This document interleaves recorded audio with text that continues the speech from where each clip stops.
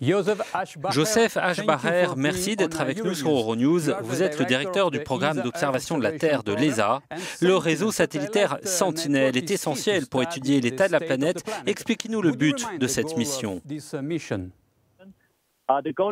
Eh bien, le but de cette mission est de surveiller la Terre. Sentinel-2 en particulier observe la surface de la planète, la surface terrestre, mais aussi les zones côtières pour obtenir une bonne image de notre planète tous les 5 jours avec les satellites en orbite.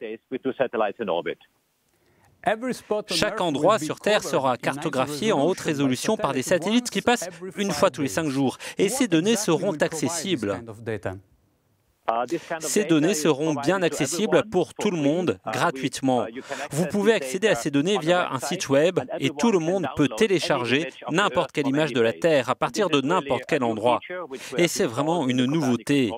Garantir que les investissements réalisés dans l'espace par les contribuables européens peuvent être utilisés par tous, mais aussi par des personnes en dehors de l'Europe. Et je pense que c'est son plus grand succès, que la population puisse récupérer ces données depuis n'importe quel endroit et à tout moment. Pourquoi Sentinel-2B ainsi que les autres satellites sont si importants pour observer notre planète? Ils sont très importants parce que nous ne comprenons pas toujours parfaitement ce qui arrive à la planète. Notre Terre est complexe. L'atmosphère interagit avec les océans, interagit avec la Terre et tout le système terrestre, comme nous l'appelons, est un système très compliqué que les scientifiques ne comprennent pas toujours complètement.